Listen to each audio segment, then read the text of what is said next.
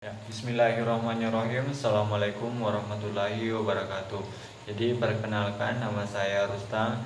Saya mahasiswa dari PGSD Bone FIPUNM Universitas Negeri Makassar.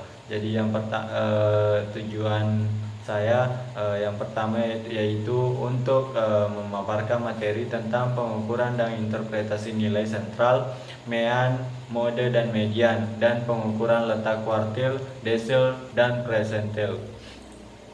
Jadi pengukuran dan interpretasi nilai sentral, mean, mode, dan median. Jadi yang pertama yang perlu kita ketahui, apa itu mean. Jadi mean, arti dari mean tidak lain adalah angka rata-rata. Angka rata-rata istilah mean akan tetap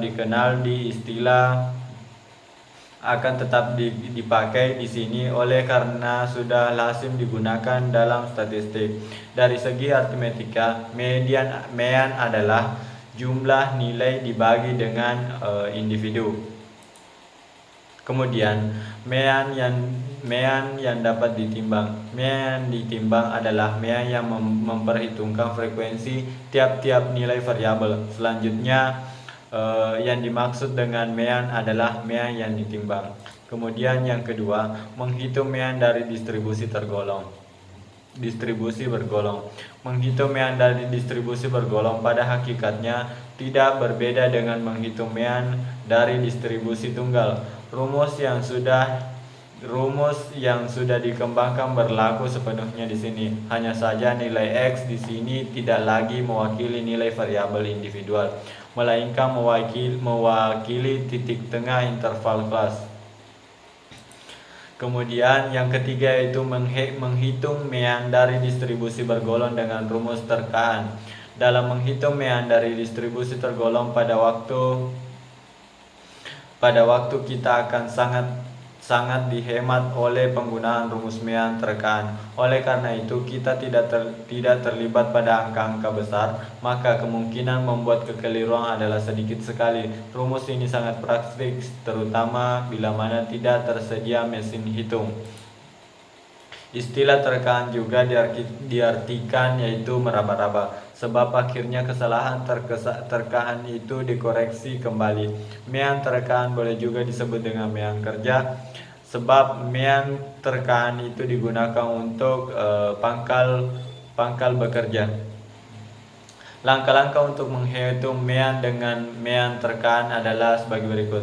Yang pertama, menerka sesuatu. Mean terkaan itu boleh semau kita. Kemudian yang kedua, mencari deviasi nilai-nilai individual dari mean terkaan itu.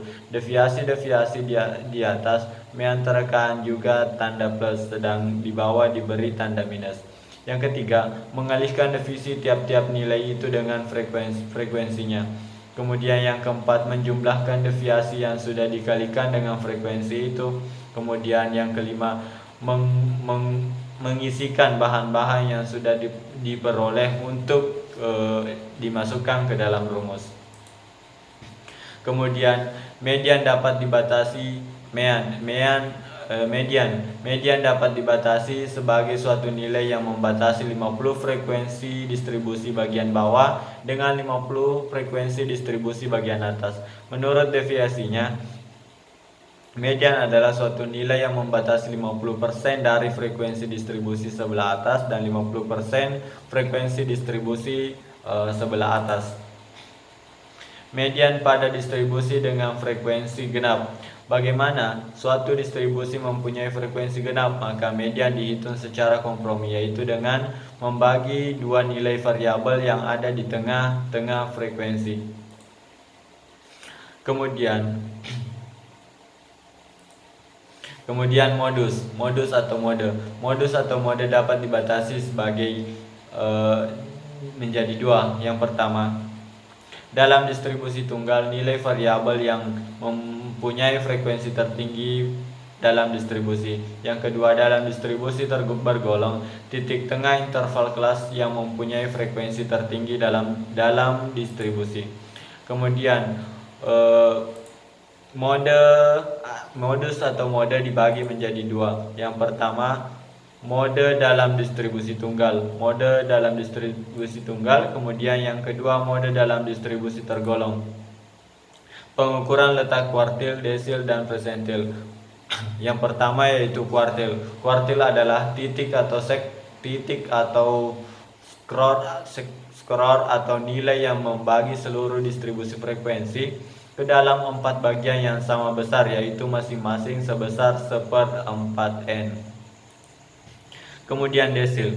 Desil atau decil ialah titik atau skor atau nilai yang membagi seluruh distribusi frekuensi dari data yang kita selidiki ke dalam bagian yang sama besar, yang masing-masing sebesar 1/10n.